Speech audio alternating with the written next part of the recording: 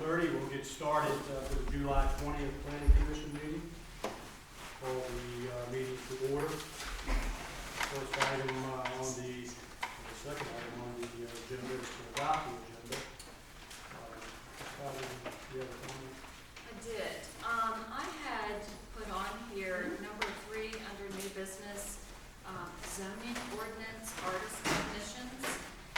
And then I had sent out an email to add to the discussion on farm restaurants, but I'm going to pull those tonight, and we won't include those on this agenda. But I want you to be aware that as a county administrator, that although there may be only 1 or 2 applications that come before this committee, that Candy and I end up with 6 or 10 or 15 people a week in the springtime, maybe a little bit less otherwise, that come in and ask for our opinions and want direction. And so what I wanted to do tonight was to get some direction and just have a conversation and not ask for decisions. But since it's created some conversation, I think what I'll do is pull it, and I'll just call you individually and we can talk about it. And what I'd also like to do, and I'll talk about later on in the meeting, is setting up a day to have a workshop so that we can address some of these issues. I think it's going to take some time to do that. So I'll pull those, and we'll plan on talking about those at a day in August that we can put together. So the agenda would stand as presented. With the exception of... Yeah, with the exception of number 3 being deleted, yep. On the agenda will stand as...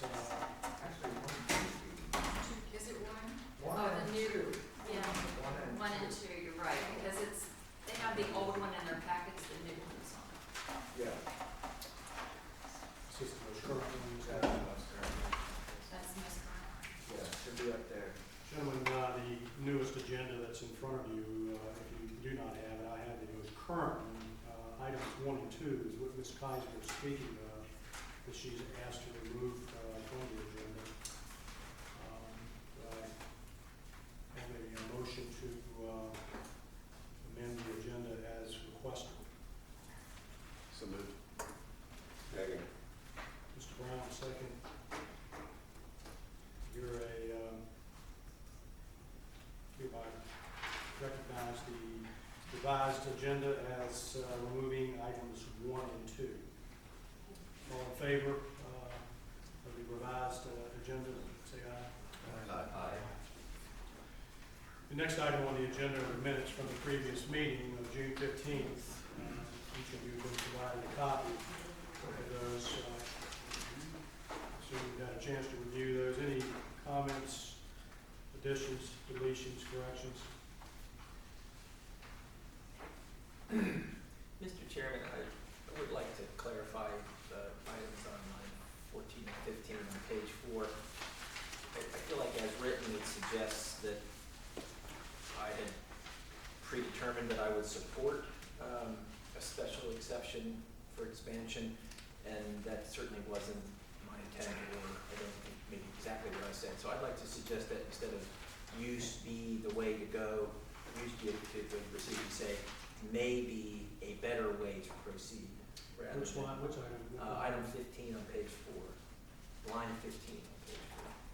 Currently says that I suggested a special exception for expansion of a non-conforming use be the way to proceed. To me, that implies a little bit more support for it than I intended, and what I said was, I think, better characterized as a non-conforming use may be a better way to proceed.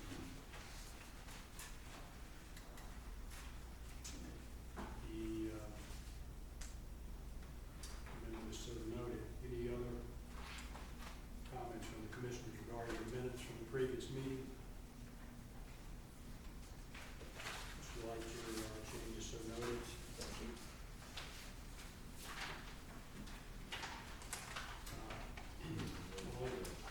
All in favor of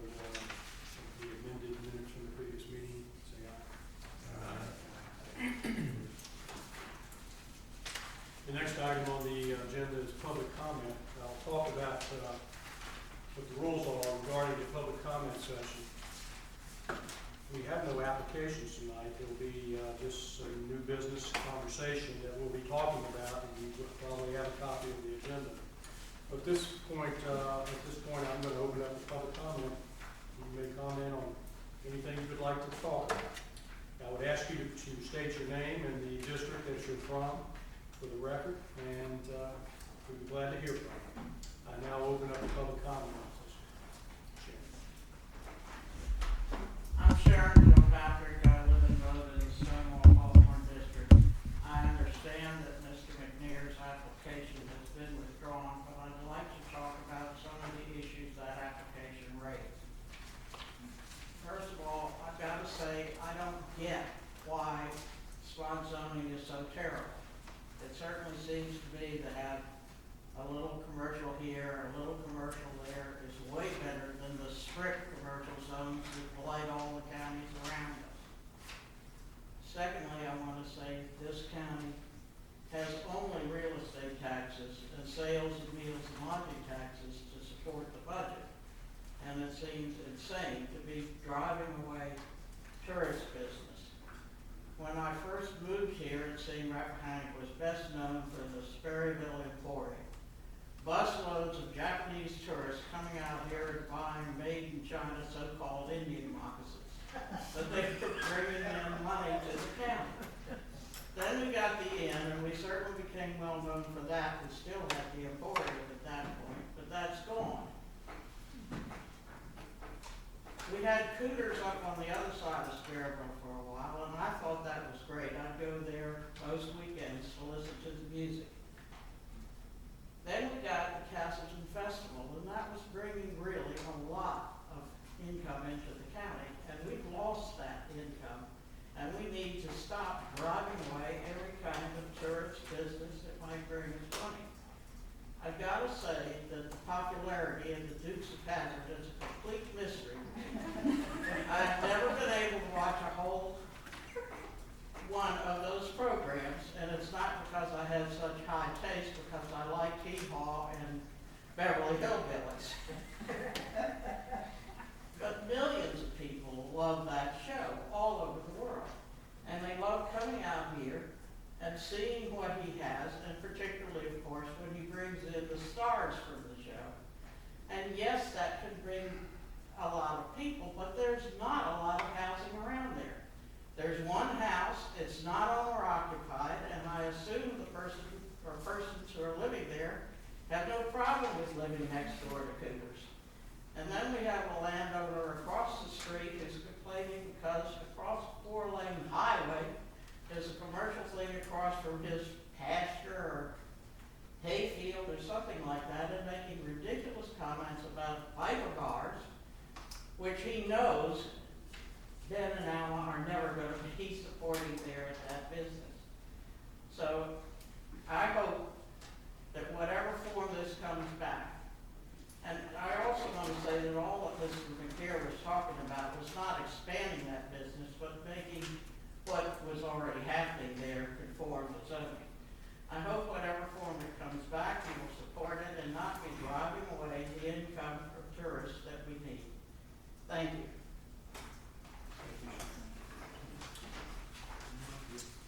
Sir. I'm Bill Project, and I'm from Hampton. I just want to make a couple of comments about our plan. Our 8 chapters of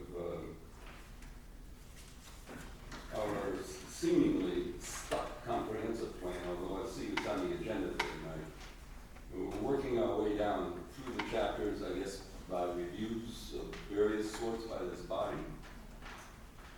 I would make one comment, and that is, I think the structure of this plan is useless. The plan is chapter 6. Fold a little bit of 7, that's whatever that is. I've read through it today, and I'm not sure how it differs from 6. Fold it in, and make 2 through 5 appendices that puts what you really want right up front.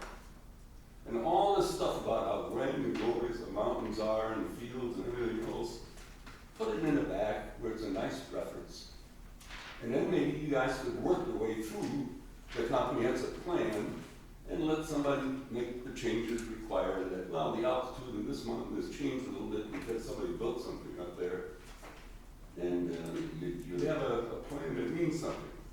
And make it include some of the comments made here to either confirm or deny them. So we don't have this constant guessing about what you're gonna get. That's it, Mr. Chairman, my comments. Thank you. Sir? Is yours related to him? Not to his. Animated, Elon. Just like the commission to note that Cooter's recent events have greatly expanded the scope of commercial operation into an agricultural zone. They have not skirted the law, they disregarded it totally. And I hope the commission will note that in considering future applications. Thank you. Yes, ma'am. Patty Hardy, Hampton District. I just want to follow on with some of the comments about Cooters. I know that the application was pulled, but I would have liked to have seen something on the agenda about it that made a public statement, you know, for the video and just for the public record. I know a complaint was submitted to Ms. Kaiser about the events that are going on at Cooters. And so I would have liked to have heard something about that in the public meeting as well. And I can just hope that the county is working toward a resolution. I mean, I work for the paper, I know I can call you guys, but, you know, as just for the public record, it would have been nice to know what your response is, or just that you're working towards some kind of a resolution. Because, to me, ignoring this, or appearing to ignore it, because you may be working on it, seems to set a precedent for what can go on in the county. And I think it affects your own credibility as a governing body. So I just would like to see more transparency about some of these things that happen or don't happen with applications that are put forward and that are pulled, or complaints that are registered with the county. Thank you. Ms. Hardy, just so you're aware, this body here is obviously the applications are put before this body, and we review those and make recommendations. That's what this is, a recommending body. We're not an enforcing body when it comes to the zoning complaint driven. It certainly falls in the purview of the administrator right now. And the public comments that you hear, and the questions and the comments that the commissioners made during the work session after the application is heard from the applicant and or public comment, all that is open to the public. And it was very clear with that particular application at the last meeting. There was work to be done on the part of the applicant and some reconsideration. All that was stated in public in an open forum. So I just say that there's complete transparency as I see it from this recommended body. Thank you for your comment. Page 20, Jackson District. All this nice wordsmithing on the comprehensive plan is nice, and I like Bill's suggestion. But if you don't know where you're going, any road's going to get you there. To my knowledge, there is no 5 or 10-year financial plan. For example, there's a recommendation for some arts and stuff, and increase in tourism. That's $158,000, something in that range. Your first paid firefighter full-time is going to cost over $300,000. So unless you can see a 200% increase in that artisan thing, this county's got a financial problem. Back to Sharon's point, how are we going to get the finances we need for in the future? But what is that future? I strongly recommend that you task Ms. Kaiser with getting a 5 to 10 year plan of revenue and budget. And what are the possibilities? How many more firefighters we're gonna need? What's gonna happen to the school? As we get richer and richer, do we start losing more and more of the state and federal school funding? What is that plan gonna be? Our current budget process does the next year. That's not very much planning. We need a 5 or 10 year projection as to where we're going. That's the way you would run a business, all right? But if you don't have that, if you don't know if we need 150,000, probably more like 2 or 3 million, just to deal with fire alone.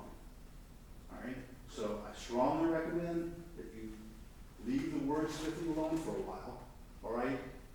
And have the real substantive comments about how much money do we need revenue-wise to support what we're doing, and what are the big ideas to get there, right? As Sharon put out, if we're pushing, that type of business out, maybe we do need to move those ordinances in a different direction, all right? At some point, we're gonna have to compromise a little bit of our, whatever we call this, rural atmosphere, or we're gonna be paying some awfully high real estate taxes. Right now, we're below some of the other counties, but all these counties already have paid firefighters. All right? So when our things go up, I'll give you another example. Go to Prince William County, all right? You take used paint to their dump, it's an environmental thing, not in ours. All they tell you is put sawdust in there so it doesn't spill when the truck picks it up. That's an EPA thing waiting to happen. That's considered a hazardous material. How much is it going to cost to fix that?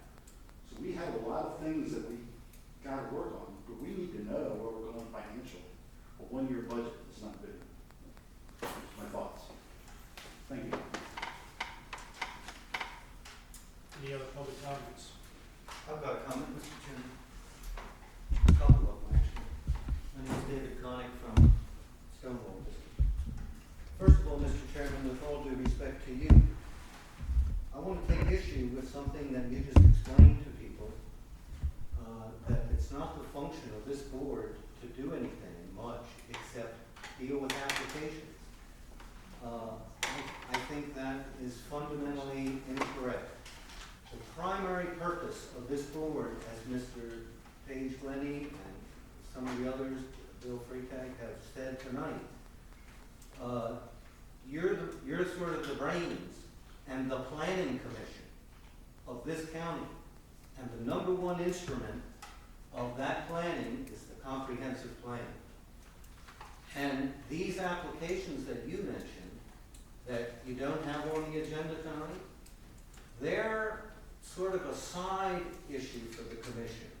Though when those applications, whether they're for the BZA applications, for special use permits, or they're for special exception permits, the job as I see it, and as the statute states, and the ordinance states very clearly, the job of the planning commission with respect to those is to render some advisory opinion to whichever board it's going to, whether or not it's in compliance with the comprehensive plan that you are tasked with writing and updating every 5 years.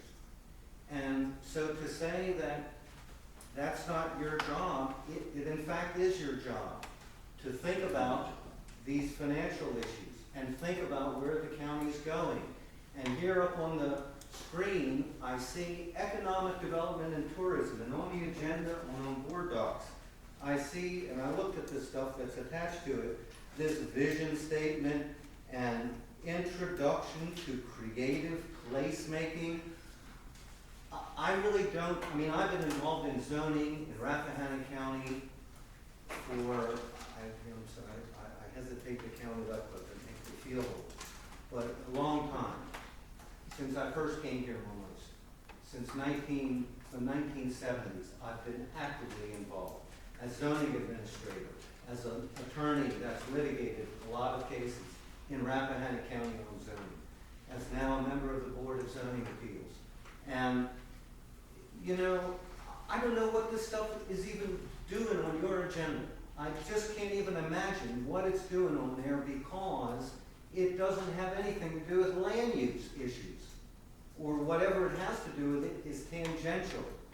The prime thing that you want to do, and I'm going to disagree with what Paige said, we're going to have a discussion, I'll agree with that, about whether we're going to stay a rural county or whether we're going to turn this place into Disney World or Disneyland or Aspen or the Hamptons, or whether we're going to have a rural community. And in the last 6 months or a year, you've had all manner of different applications come up, and the Planning Commission, I don't see but one copy up there, maybe two, of the comprehensive plan on the desk, on the table. Maybe you've got it, maybe you read it, I don't know. But I haven't heard people say, wait, this either conforms with or violates some policy or principle that's set out in the comprehensive plan, not in a specific way. Almost nobody ever brings it up. And that's your primary task. And our primary goal in the comprehensive plan that was written originally and still what's there today, and I don't want to see change, is to preserve Rappahannock County the way it is.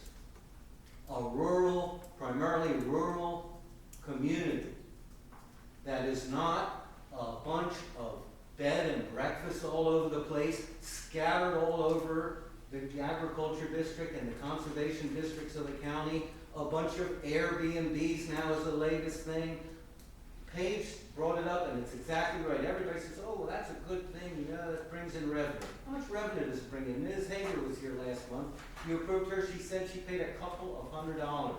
So the income that kind of stuff generates is minimal. Minimal. And at the same time, it changes the character of the county and everybody's neighborhood. I don't want to live next to a B&B. I didn't move where I moved to live next to some hotel or motel or whatever you want to call it. That's what it is.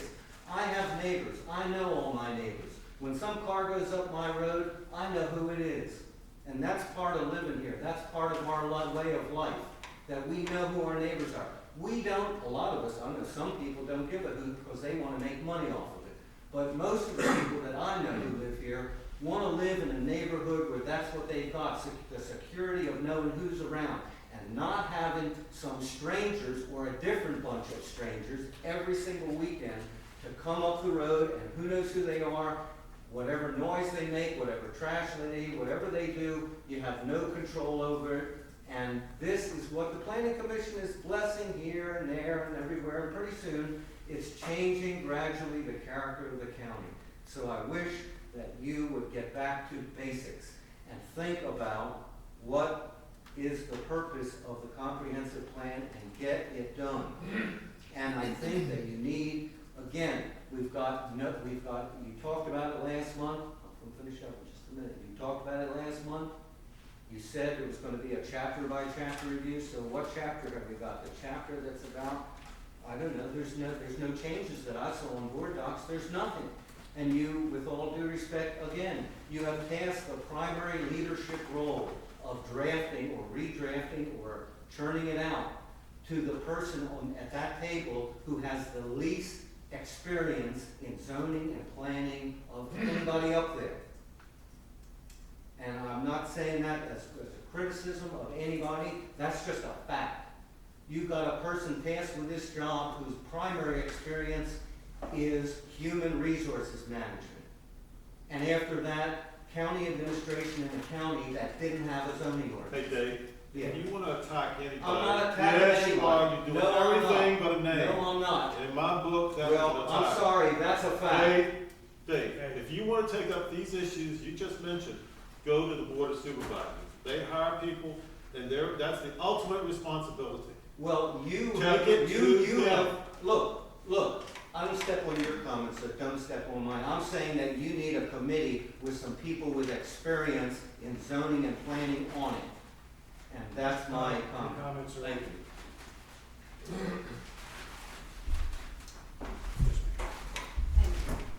My name is Beth Yorby. I live in Stonewall, Hawthorne.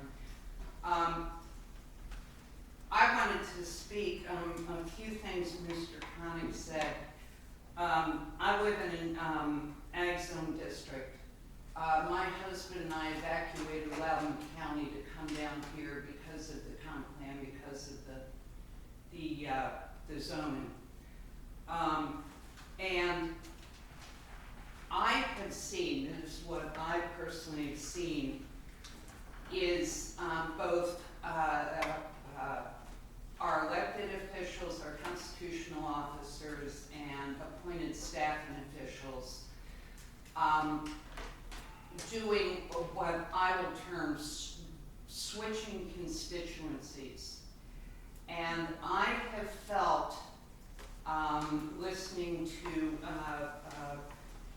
I don't know my zoning terminology that well, so forgive me, but various permits that are sought and various exceptions to the process, that they are tending to be accommodated rather than the county's comprehensive plan and ordinances.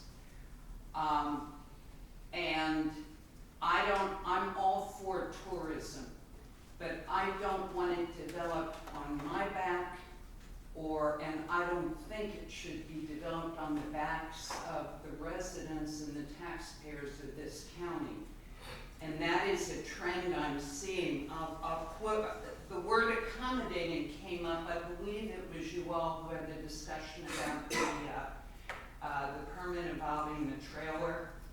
I was very struck by one member of the commission, whatever body it was, I believe it was you all, talking about accommodating the applicant.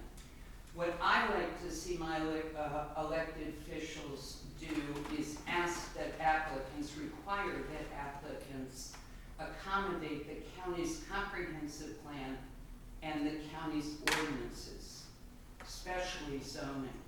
I am really beginning, I'm having these visions of the wineries, the buses coming down Slate Mills Road. What is it, 2 buses once a month for wineries? Well, my recommendation on that, as far as where I live goes, is station 1 rescue company at one end of Slate Mills and 1 rescue company at the other end, because it's gonna be, it doesn't belong there. And people don't live there for that reason. I do know my neighbors. I know when somebody strange is around. You all, I don't have to tell you what it's like living here. And I am not adverse to change, but I want it done within the rubric we all inherited. And that I assume you all will be changing in an enlightened way, in a way that serves your constituents. Thank you. Phil Earl with Flint Hill. Mr. Chairman, I'm disturbed by the very concept of the word planning, because you can plan to keep things the way they are, or you can plan to grow. And if our comprehensive plan is to grow like our surrounding communities, I don't want any part of it. We need to plan in Rappahannock County how to keep this county the way it is, environmentally sensitive, attractive, and a good place to live. And I don't want to plan to grow like our surrounding counties. Any other comments? I now close the public comment session for the July 2016 meeting. Is your being full? I got some. Sure. I got some old business. Okay.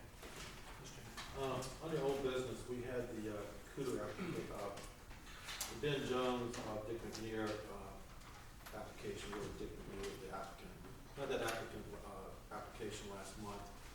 And during the hearing that we had, Mr. McNear sat here and openly said that he was presently operating illegal, the business there was operating illegally, and that's why he was here requesting the zoning. And subsequently, with some reporting by the paper, there was a clear history of the events here, of what led up to what's going on today there. And I think today there's two clear illegal activities going on there. Number one, it's the dining on the back of the building, which is part of the approximately 3/10 of an acre that was added to the property to accommodate parking only. And the second item that's a clear violation of the ordinance is the parking, overflow parking, excessive parking, and it appears that it's pretty much a daily activity almost where people are parking on that 1.5 acre strip that goes up Old Holler. And I don't know when the applicant will resubmit, whether it's next month or 6 months from now, but it's clearly we have two violations here of the zoning ordinance, and I would like to make a motion that we request the zoning administrator to send Mr. McNear a letter that these two activities need to cease until they're addressed in front of the planning commission. Since our meeting last month, there's been a number of events there. 1, 2, 3, 4, how you want to count them. And I think it's outrageous that these events went on in the face of the application last month and withdrawal. And I think it's our responsibility to send a letter that these activities need to cease until they're addressed. And if they're not, if they're not accommodated, if we can't work something out, then they absolutely cannot occur again. Mr. Chairman, it's a bit more complicated than that even. The boundary adjustment, if it was made for parking, then that's improper. Unless it was rezoned, and it wasn't rezoned by the board of supervisors, so it starts to get very complicated. But I do think it needs to be addressed. And it needs to be addressed, as Mr. Henry outlines, as a zoning infraction at this time, a violation, because we can't talk very much about an application that's not in front of us. We don't have that authority. We can't talk about a zoning infraction, I guess. And we also can't talk about much more than that if it could be a legal issue. So I think we do need to address it as a possible, well, it's not possible, it is a zoning infraction, but it's more complicated than Mr. Henry outlined there because the boundary adjustment. Well, I guess, Ron, the boundary adjustment and the use of the area for parking. It has to be zoned the same. Well, I guess that's a gray area. If you get that, It's a black area, it's a gray area. black and white. Well, I know absolutely for sure that the eating is a black and white, and the parking on the. That might be gray. That's not gray.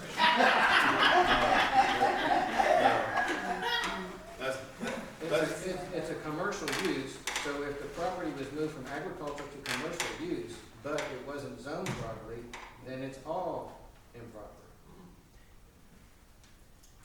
The use was grandfathered. The current use Yes.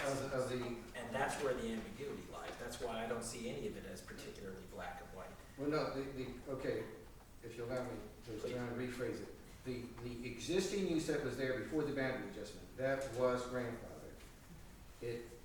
It's only non-conforming because of the size of the property, not the use. The size of the property probably doesn't give it the proper setbacks, but the use itself is, if it's zoned commercial, it's fine. The problem is when you move the boundary adjustment from agriculture to commercial and did not rezone that boundary adjustment, then you can't park on it because the property, whether it's separate parcels or not under the same ownership, it has to be the same zoning to park on it for commercial use. And if it was moved over into commercial use without the board of supervisors' approval, then it was not done properly. Thank you for that clarification. So either way, the boundary adjustment is not proper because they can't park on it. unless it was zoned commercial, and that wasn't proper.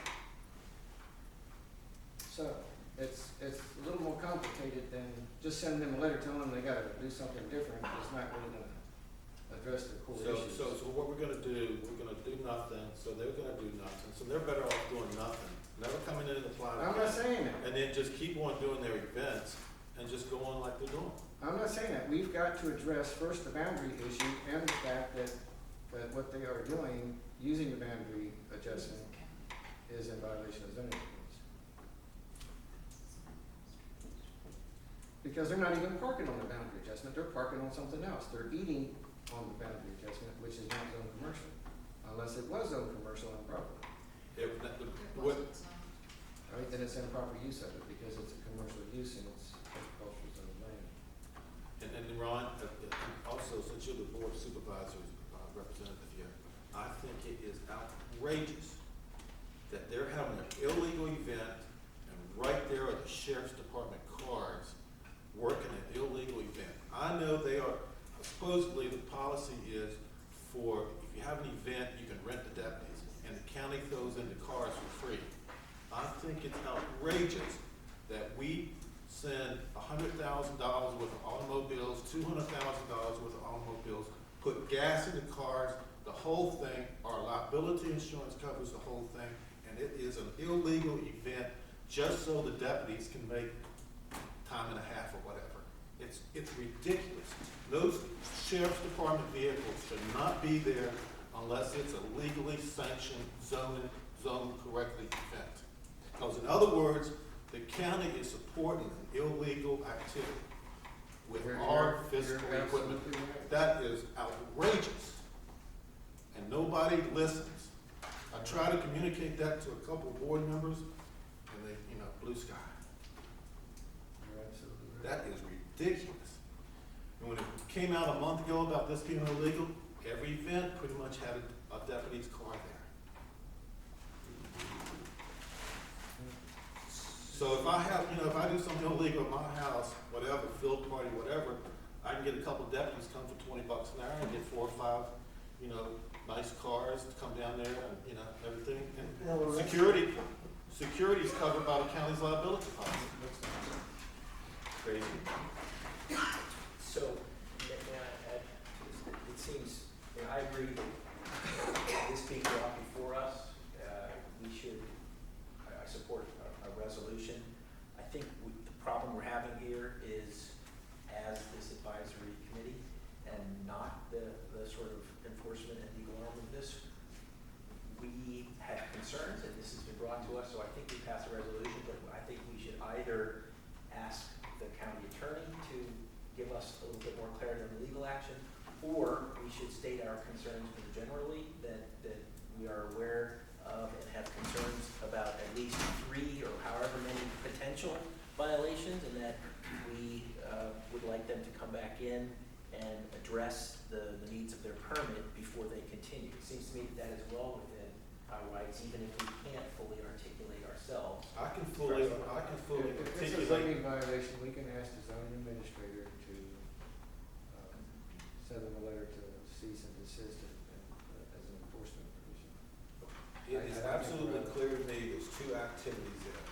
The dining and the parking up Old Hollow on the ag land. That's absolutely certain. Those seem very clear to me. And then the parking on the annexed property, that's great. But the other 2 are absolutely not great. It's actually a violation of the park on the annex property, the boundary adjustment. I thought it was for a drain field, so I didn't say anything at the time. That's what I thought. That's still part of the commercial use, but it's hidden. The drain field's on another property. That's what I thought the boundary adjustment was. Drain field's on down the road. I found that out later. Like I say, it's more complicated than it looks, but we do need to seek a space and sort of assist order. Any other discussion? Well, I wanted to comment on a couple of things. Normally. So we gonna do anything on this? Deal with this here first. Well, if Mr. Henry made that in form of a motion, I would second that. My motion is in terms of the dining and the parking off of the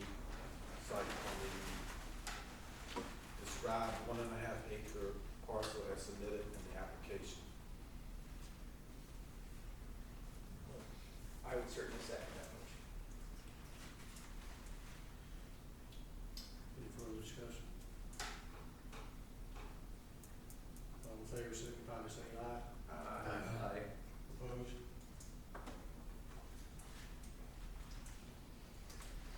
I have something else. So just the comments, some of the comments that were raised on the capital improvement plan, the planning commission does do that in several jurisdictions, but we've never been tasked with that by the board of supervisors. Nobody's tasked with that, so you're right, we're not planning. And it is difficult, I'm sure, to actually come up with an intelligent, comprehensive plan with 5-year goal when we have no funding for it. We don't even know, we don't really know where we're going, we're just putting numbers and words on pages.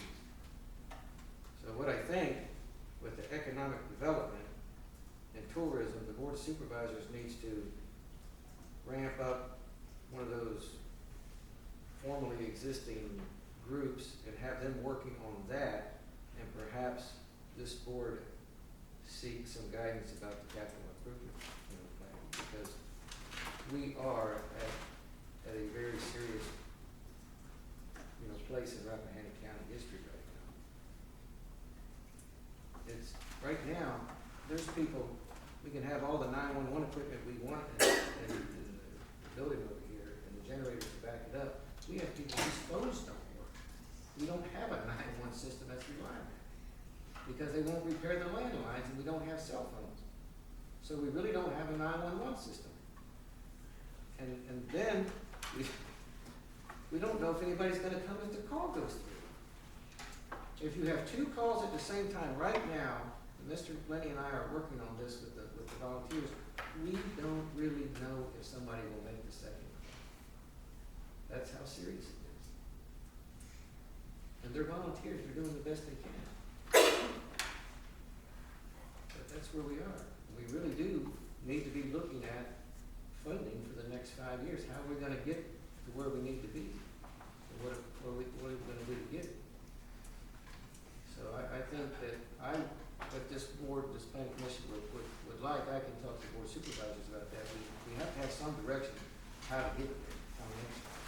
Well, the board and the public and everything can talk about all these wonderful feel-good things like economic tourism, all this stuff.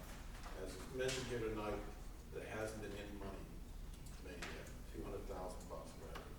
If you, real money that makes a difference on the budget would be $1 million, $2 million, $3 million. It ain't gonna happen. We can talk about it, say all these wonderful things, but you're not gonna raise any real money, $3, $4, $5 million that makes an impact. It's not gonna happen. You go out here and you start putting together a comprehensive plan that tries to promote this type of growth, you're gonna be rezoning 50 acres, 100 acres, whatever, commercial, industrial, whatever. You're gonna have a Dollar General store, Family Dollar, you're gonna have whatever. And we've heard it, I've heard it for 30 years. No stoplights, no brand name stores, none of that. It won't happen.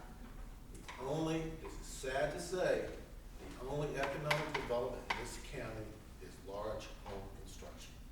You look at where the money's come in the last couple of years, it's been the people building $1 million houses.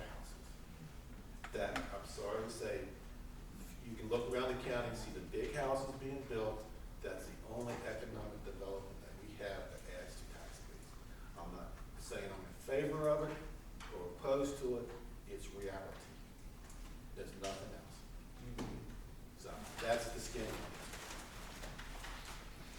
I'd like to elaborate on that. I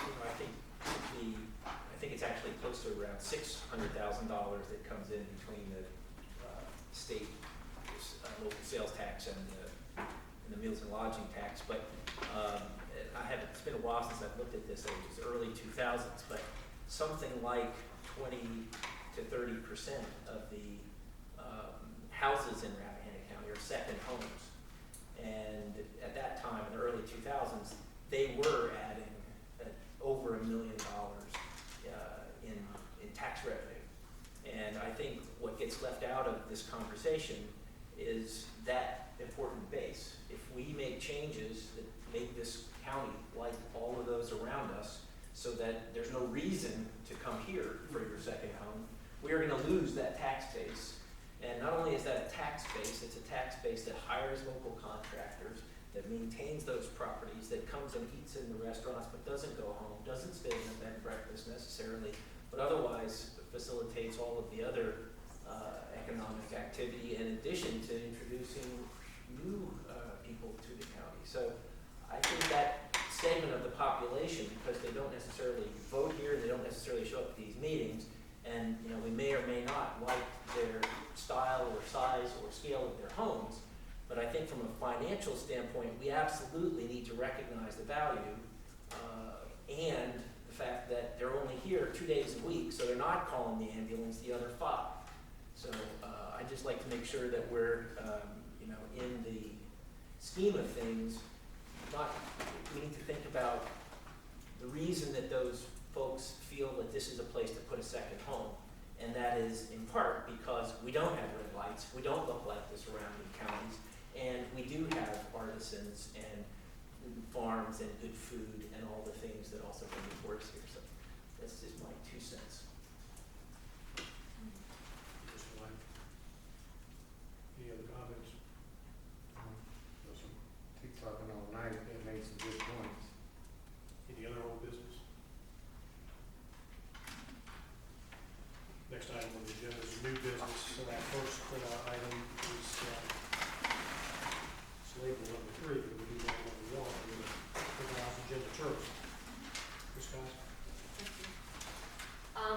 What you have before you is a presentation that was developed, and I assisted with it, but it was a group of people within the county that are our artisans and our small business owners. And so this is somewhat their view as to what they see and what they would wish for within the county. And so what I want to do is take a minute and go through this. I do believe that it has some relevance to the comprehensive plan because economic development does make a difference, and I think there's a lot of people that don't want to see it change. But the question is, how do we get some additional revenue to help with some of those costs? And so this tourism committee is put together of, it was the farm tour, it was the artisan trail, it's BizRap, it was Rappahannock.com, it was some of the small business people, Castleton was involved, we invited the inn, they weren't able to attend. So this is kind of a collective vision. But what I think is important is that this is their vision. The question is, what is your vision? What is the Board of Supervisors' vision?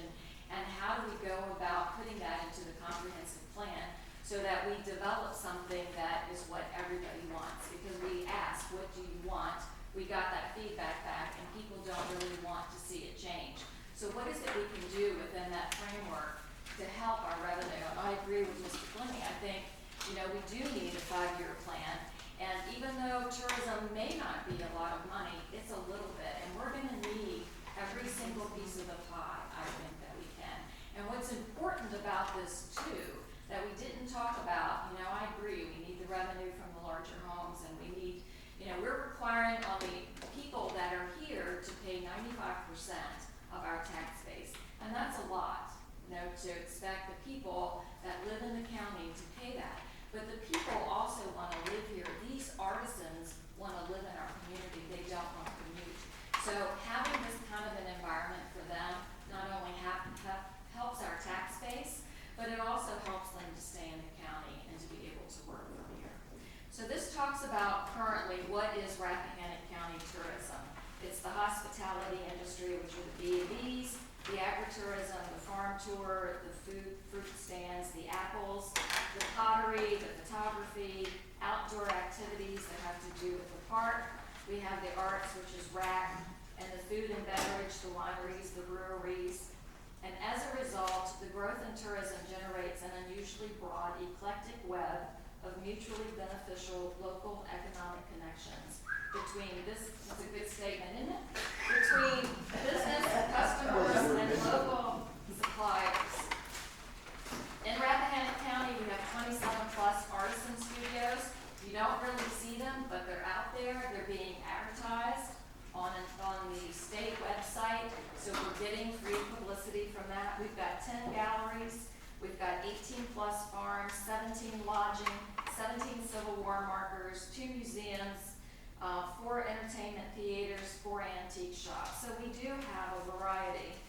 have Shenandoah National Park that puts 400,000 people within our county within the year. A lot of that is in the fall time, but they're coming in and they're visiting Rappahannock County, they're spending their money, and they're going home. So what is our vision? And is this right? I don't know if it's right, but I think that's what you need to look at. This is their vision, but what is your vision, and how do you put that into the comprehensive plan so that we get where we want to? To create and sustain a strong agriculture, artisan, food, beverage, and folklore culture for our county, which supports and sustains our pristine environment. Improve our economic vitality with annual increases in tourism for the next 5 years or longer if we can sustain it. To promote our county and our region through utilization of resources that benefits all businesses and events. Develop an annual tourism marketing plan that's supported by you, by the Board of Supervisors, and serve as an advisory council for the development and execution of the tourism marketing plan, advertising schedule, and budget used to promote tourism. Why is our provision important? It provides local jobs for our citizens instead of commuting. It provides increased revenue, lessening the tax burden, and it supports hopefully our comprehensive plan and our goals for a sustainable and environmental pristine environment. I know David really didn't like the word creative placemaking, but what I think it does is that it pulls together agriculture and the artisans, and we don't have those big shops coming in. We don't have the dollar stores. We're using what's here, we're using what's authentic to Rappahannock County, and we're putting it out there. If we don't sell it, all the other counties around us are selling themselves. So they're just gonna pass through because we don't have signage, and they're gonna say, I don't know what's here. So we need to let them know that we're here, that we have a marketing plan. We want them to stop by, we want them to eat at our restaurants, to buy our artist gifts, and then they are welcome to leave, but we want them to be here. One of the things that's coming up for the future is volunteerism, where you go out and you clean up. A lot of companies or a lot of people are saying, I don't want to get on a plane, I'm leaving a big carbon footprint. But you know what? I could get on a plane, and if I go somewhere, I can clean up that environment. Maybe there's people that want to come to Rappahannock and stay in a B&B and say, hey, I'll clean up a river. We've got people cleaning up our rivers now. So is that realistic?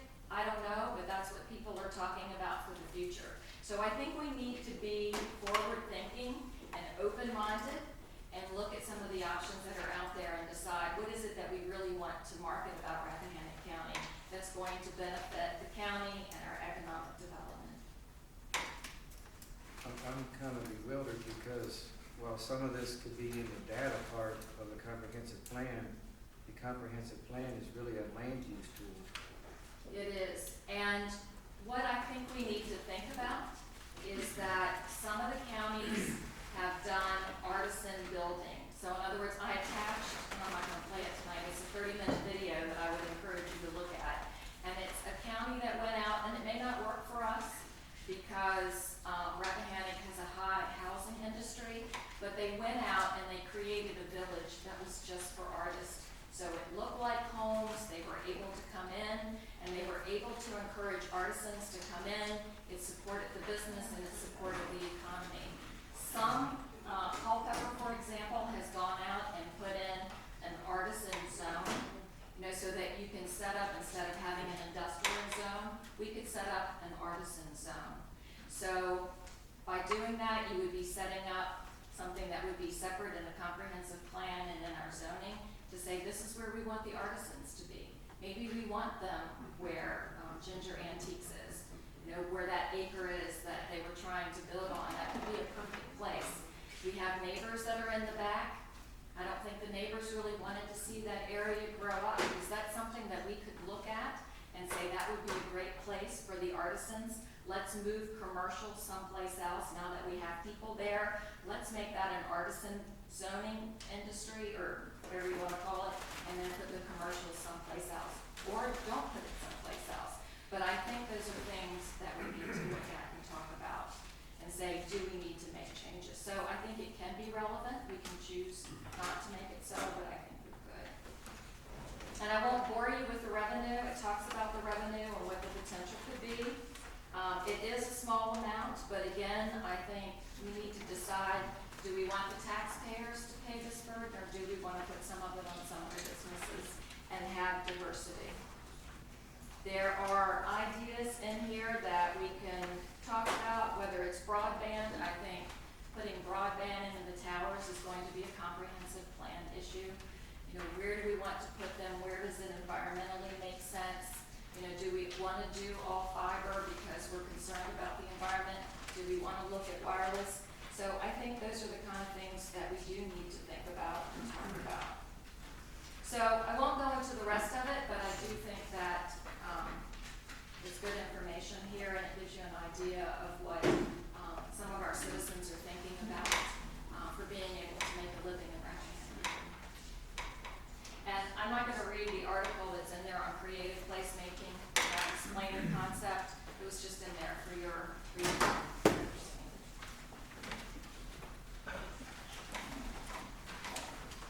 Thank you, Ms. Gardner. Gentlemen, the conversation regarding the questions regarding the PowerPoint. Again, if we look at what the Code of Virginia requires in a comprehensive plan, it's mostly a land use tool. And I can see when I look further into this, creative placemaking, you're talking about mixed-use development. Those are terms that I'm more familiar with. And those things are already allowed in our zoning ordinance, but most everything has to do with water and sewer, and Rappahannock County doesn't have a water system, and the only sewers in Fairfield. Little Washington, well, they have both in Little Washington, and we haven't taken that over yet. You want to? We may have. Thank God.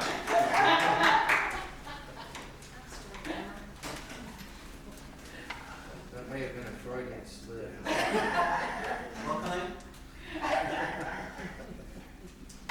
Thank you. Any other conversation? Being done, we'll move on to the next item on the agenda. It's labeled item number 4, but over the revised agenda will be number 2, comprehensive plan, introduction to perspectives to the article ordinance. Yeah, we don't need to read that. That's just there for them to read, as well as the movie. Moving right along, the comprehensive plan, the vision statement. Scott? The items in red are the changes. The rest of it is wording that was within the comprehensive plan. We really didn't have a vision statement. It's just wording that was throughout, and I thought it would be nice to put a statement in the very front to kind of talk about what Rappahannock is. So again, what's there, and the regular type is the wording that was in the plan, and that is what was added. So, do you want to discuss it? Do you want to send your changes to me? Whatever works for you, works for me. Has this changed since the version we saw at the last meeting? No, it has not.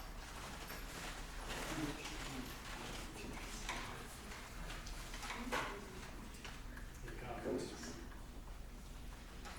This all leaves me kind of, that vision statement, in all honesty, leaves me a little dead. What do you mean by that? I mean, it just, you know, I don't know, it just, plant, grow, and play here. I think a lot about what we're about here is sustainability, and I think we're trying to live in a sustainable community, and where we don't use up our resources, and we preserve our resources, and we grow within our resources, and I don't know, it just, I don't know, I think we can do better than this. Okay. Tell me what you're thinking. What you said. I can work on it. And, I would hope that, you know, between Bev Hunter and different people in the county, and, you know, on both sides of the fence, you know, people that you dealt with here, we come up with something that's just, it doesn't, if I came into the county and read this vision statement, I don't feel moved, I don't feel moved by it, it's not a scripture. We don't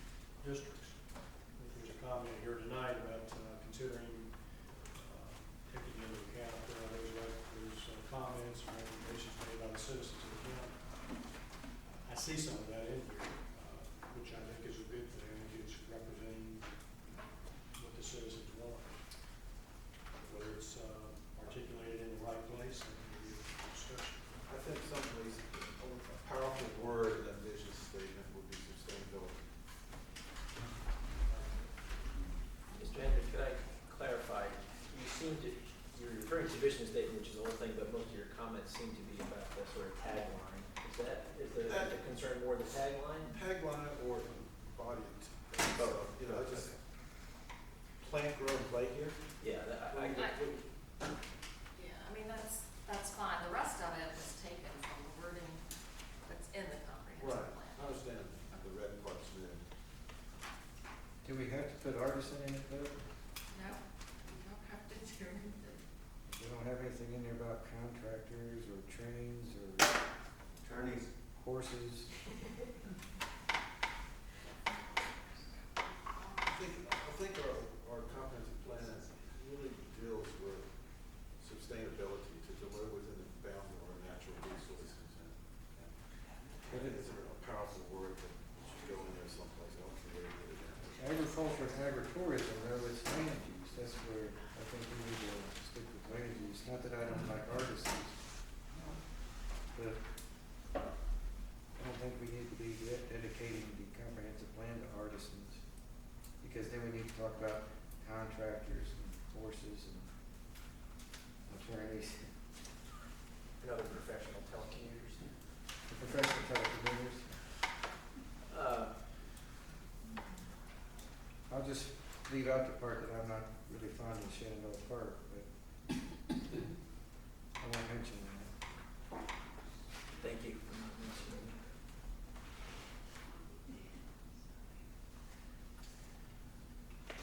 Gentlemen, would it be wise to, if there's not any more conversation about this, is to take this and forward your recommendations to Ms. Kaiser so she can craft a draft for us to look at for next month's meeting. We'll talk about comprehensive plans. Mr. Henry's got it on outdoor sustainability as well. Well, I think one natural place to put it would be to support a sustainable, balanced economy. That's really the environment, really the so-called pillars of sustainability are typically environment, economy, and cultural bases. Those are, so, you know, I think the kind of components of what is commonly referred to as sustainability are represented here, and really one way to do it, I'm not sure if it would scratch your sustainability itch completely, but would be to put sustainability in that last line, sustainable, balanced economy. I think sustainability, I think it goes to everything, whether it's your water, your land, I think it goes to everything to really be sure you don't use too much of your renewable and non-renewable resources to the point where they're depleted beyond, that would change our community. I guess my comments, there is an entire cottage industry around what it means to be sustainable. Sure. And it is generally organized into the environmental, the sort of physical space, the sort of economic, you gotta have an abundant economy to sustain it or people go hungry. And a cultural one, so people aren't at each other's throats and, you know, fighting all the time.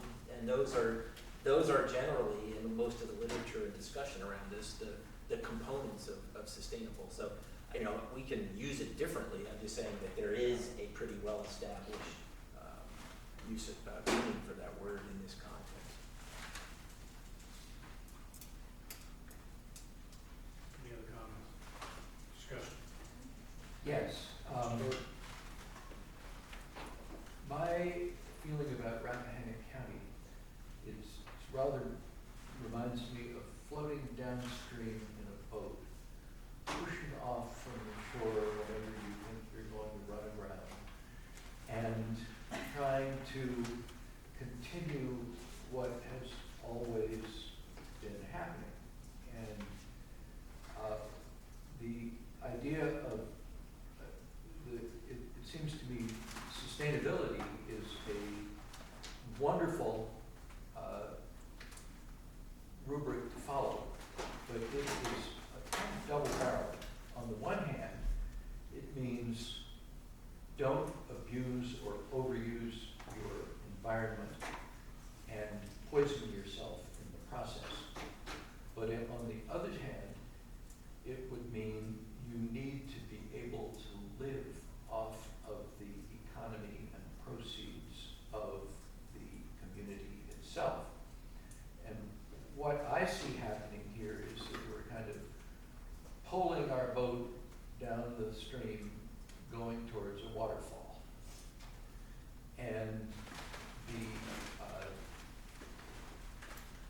I think it's not unreasonable to think that you could count the real farmers in this county on your fingers and toes. And the average age of a farmer in America nowadays is 61 or 62. I think in Rappahannock County it may be considerably more than that. So that there are very predictable and stark changes on the horizon that are going to be here soon. And it can also be the population of the schools is declining yearly as there are fewer and fewer families that live in Rappahannock County. The relative age of the inhabitants is going up. At this point, you have basically a society organized around taking care of its older people, or going to need that. This is one of the problems with the fire departments and rescue squads. They're having more and more to do and fewer people to do it with. And it's, to me, it's a huge challenge because America tends to want to believe in the invisible hand and doesn't like to plan and try to accomplish discrete goals because that is no longer free private enterprise and it can negatively impact some people and positively impact other people, and the idea is that government shouldn't do that. It should be a market-driven situation. But what I see happening here is that the situation is dire. It doesn't seem to be getting any better. It seems to be becoming more and more as it is. And in the absence of any strong imaginative planning, that we are going to find ourselves in a less and less possible society. And as it is now, I think it's quite apparent that we are living off of money mostly made somewhere else. And one can't really call that sustainable. I don't have a particular plan, but I feel that this is the kind of attitude necessary to change or to at least try to direct the development of the community to be more sustainable and balanced. Mr. Gordon? Why don't you go? I guess I would just maybe pick up on one theme of that, and as we've been discussing, this could go pretty far, but to me, the piece that maybe makes it somewhat less dire than you just outlined is, I don't know that those changes are quite so predictable. If you can tell me what happens at the end of this plot with all the farmers turning their land over, I'd sort of like to know. It's not clear to me what that means, but we have seen changes, and I think that there's some hope in technology. We talk about broadband, we talk about internet throughout here, but really, I live here and telecommute several days a week to a job that's based somewhere else. About half of my colleagues do that. They live in Iowa, they live in Maine, they live in Puerto Rico. This is a nice place to be, and if we enable that to happen, people with viable incomes can come and stay here, and I think they would be attracted to be here. We have some issues to solve, but I think we significance of the telecommuting potential. And I guess partly this is a plug for, you know, the broadband aspect of this. And, you know, I might wish it were differently, but I would say that in this country right now, a whole lot of the money that people have has either been made elsewhere or by somebody else. And we have a lot of that here, and I'm not sure that that in itself, you know, I kind of look at it as a good thing that people who have options and could be anywhere choose to be here. I think we shouldn't lose sight of that. It kind of goes back to what I was saying before about the fact that people want to come here and invest, you know, $1 million in a second home. That is an asset, and we need to be mindful of that, I think, and that needs to be part of this sustainable plan that we're putting forward. That's all.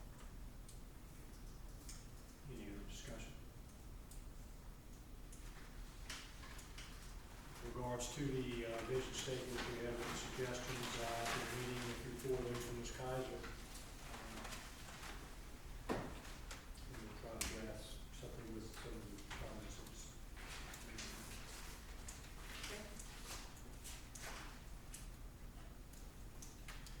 Chapter 1, next item on the agenda, we have a copy of that is sent to you.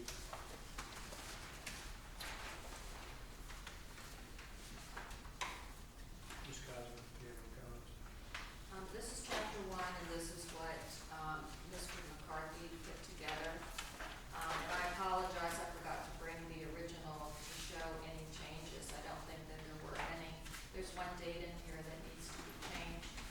So, I don't know if you've had a chance to read it. It is fairly benign. There's not much that's challenging in here. Do you want to review it tonight, or do you want to take it home and send your changes? Open it up for discussion, Chairman. Pleasure of the commission. Mr. Lawrence, you have something? Sorry, I don't feel like I'm hogging the floor here. I read it. I agree. I didn't see any real differences, but I didn't see anything that was missing. You know, I think going back to Mr. Freitag's point, I'm not sure that I would move those first chapters to the end, but I feel like we've been through them. As I recall, there were some important elements that had been missing about the growth of wineries and some of the industry sectors. There's a lot of discussion about agriculture and cattle in their old version that I thought were increasingly obsolete. Beyond that, to me, the first 5 chapters, as long as we update the data, which I think we have, you know, really, I think we can probably go through them at a, you know, more rapid pace. So I'm happy with this as it is, and you know, I would like to get on with those other chapters, and so we can really focus on what I think is the right place to focus, which is chapter 6, because we walked right up to that line before, and then we kind of come back from it to a certain extent. Did you look at, it's my understanding that you did not review the chapters that John put together, is that correct? They were drafts that he put together, but you have not really looked at them as a group or approved them. I'm sorry. No, go ahead. If I recall correctly, they were emailed to us and, with the changes in them. I recall getting a copy of those and making some sort of suggestions based on what we discussed in one of our meetings to sit and go through that as a group. I'm not sure we did that. I don't believe we did. I think we had various opportunities. Some of us probably had more opportunity than others to actually provide those comments. I also don't think that that process, I believe that process predated a few of the public fora that we had. So because what happened was the process was, again, focused on those first 5 chapters, which really don't get to policy. And then we went around to the other, I think that's was the order of events. We went around to the different precincts and had those meetings. There may have been some additional input that could have resulted in desire to have more changes. But from my perspective, I would say we could put the first 5 chapters on the table collectively, give everybody another chance at taking a look at them, and, maybe bring them together and address them as a group. Well, there are some things that need to be added. Affordable housing needs to be written, transportation needs to be expanded, broadband needs to be expanded, so there are some things that need to be. Well, maybe for those, we could, maybe we should, in this work session that you've talked about, maybe we could zero in on those, because I think it's probably, what would you say, maybe 10% roughly, I mean, in order of scale, I mean, it's not the majority of it. It's not the certainly. majority, I would agree. We're going to include affordable housing and broadband in it? Transportation is required, and If there's a transportation plan, but all we do is normally refer to VDOT's plan. and then we do, I guess it's expected that we're going to put something in about affordable housing. There's like 2 lines in there now, I think, currently. So might I suggest you mentioned scheduling this meeting, it seems to me that we could, the agenda should probably zero in on your thoughts on what is not ready for prime time. Maybe, I don't know if you were planning to have, drafts of any of that, but even if you don't, it seems like having a discussion around that might be able to way to make some progress on. Debbie, if you want to put in 5 paragraphs on affordable housing and broadband, put the whole junk can in there, everything you got, and then we can. It's always easier to Yeah, edit than put it it is all to in, create. take whatever out.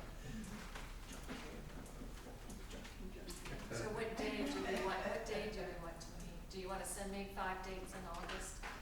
Jason, you were out, is that right? Second week of August. Not the first week. Anybody else? Third week's good for me. 3rd week, Wednesday of the 3rd week? We could meet during the day and then Go right into the evening meeting? we could. I respectfully submit that maybe we ought to do this in September. August is kind of one of the more difficult months for people to get together because they tend to be on vacation. And after Labor Day and when that kind of dividing line is passed, I think it would be a lot easier to get most of us together in one place and anybody who wants to attend. I might suggest that it's certainly valid, but as far as this commission being able to get together, we can do it in August because we typically have less applications during that month. It may not be as burdensome on this commission if we could squeeze it in August. Plus last month, Gary, we kind of decided to pick up the pace on this. We did, that's a good point, Mr. Henry. My fear is we put it off another month, what else comes up, and then we have this, and our goal was to have this done by December, at least by the end of the year. So should we, I'm gone the 3rd week of August, you're gone the, Second, he's gone. who's gone the 1st? You're going with Jason? I'm going to do it on the fishing then. Is there a fishing? Anytime. Yeah, Kevin.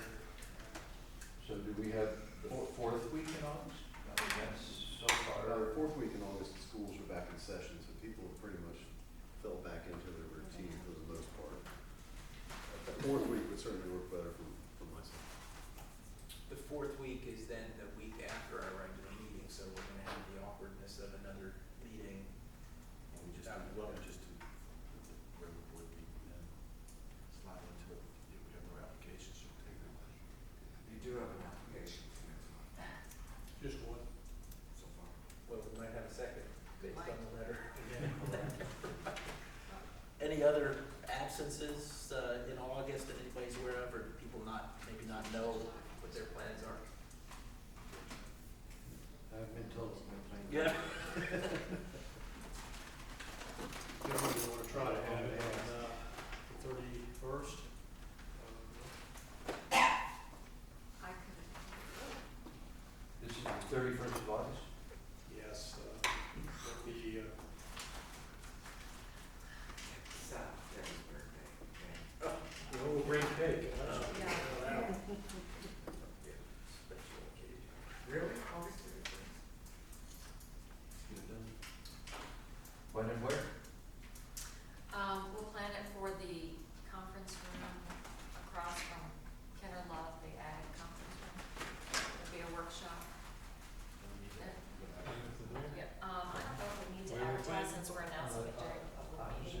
But I'll people, check your to Kramer make building sure. out to the county. And, we'll consider it a workshop, so we won't do public Agricultural comment. extension. If there's, I There's was a thinking, majority of us, we have to advertise. And then we can't get what she's saying. Joe, we're trying to set a time here on the what 31st. about 8 to 5? they have to be advertised if there's a quorum, whether it's public, open to public. And we'll just do it a workshop, so we won't do public comment. Day's good for me, Mr. Jim. Is it necessary to have an 8 to 5 session, all-day session, or is it? Yeah, the morning's pretty tough for me. I have, that job I was referring to earlier. But, we could, I don't normally do the mornings either. the 8 to 5 seems, compared to the 1 or 2 hours we talked about in this evening, I think an afternoon meeting where we work through things should be, I would hope would be sufficient. So 1 to 5? One till whenever. 1 till whatever, till it's done. I'm more of that mindset than the 8 to 5 mindset. We gotta keep Jerry employed. It's Wednesday. He's got vacation. August 31st, 1 to 5, gentlemen? Yes, sir. Very good. We just lost 6 to 9. He's busy during the day. He can come to the meeting. Huh? He can come to the meeting, he'll talk to us. Maybe it'll be over the weekend, so we'll see. Andy can do it. Wednesday will be on the weekend. But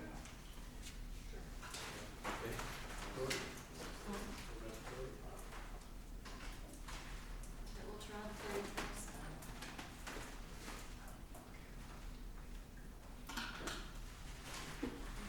1 to 5 on the 31st. How long we all make it? 1 to 5. Mr. Brown is informing you that he won't be able to make it.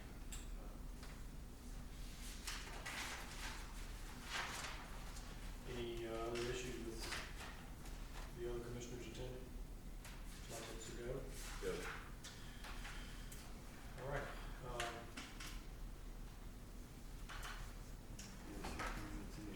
No other items on the agenda. Have a motion to adjourn. Motion to adjourn. We have Second? next meeting, August 17th, is a normal meeting.